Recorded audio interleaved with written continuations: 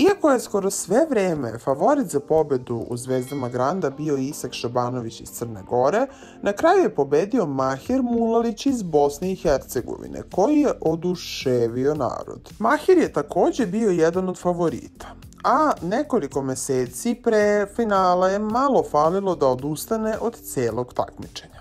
On je odustao u aprilu od takmičenja zbog smrti u porodici. Mahiru je preminula majka. On nije našao snage da nastavi sa takmičenjem i na Instagramu se potrasnom porukom i slikom oprostio od svoje majke. Međutim, nakon razgovora sa Marijom Šerifović, Mahir je ipak odlučio da se vrati i bori do kraja. I naravno postigne ovoliki uspeh i odnese pobedu u Zvezdama Granda. Ipak, Saša Popović je otkrio da pobednik ove godine ipak neće dobiti stan. Dobit će vredne nagrade, ali ni približno kao što je to bio slučaj prethodnih godina. Kao izgovor za to što mu neće dati stan, Popović je rekao: "Nemamo para, produkcija nema, kriza je korona." Pored statue, pobednik će dobiti automobil marke Škoda Scala, 2 pesme od strane produkcije i kompletan marketing, saopšteno je iz Grand produkcije. Pa stvarno nam je malo teško da poverujemo da nisu mogli da skupe nešto novca da kupe dečku stan u Beogradu.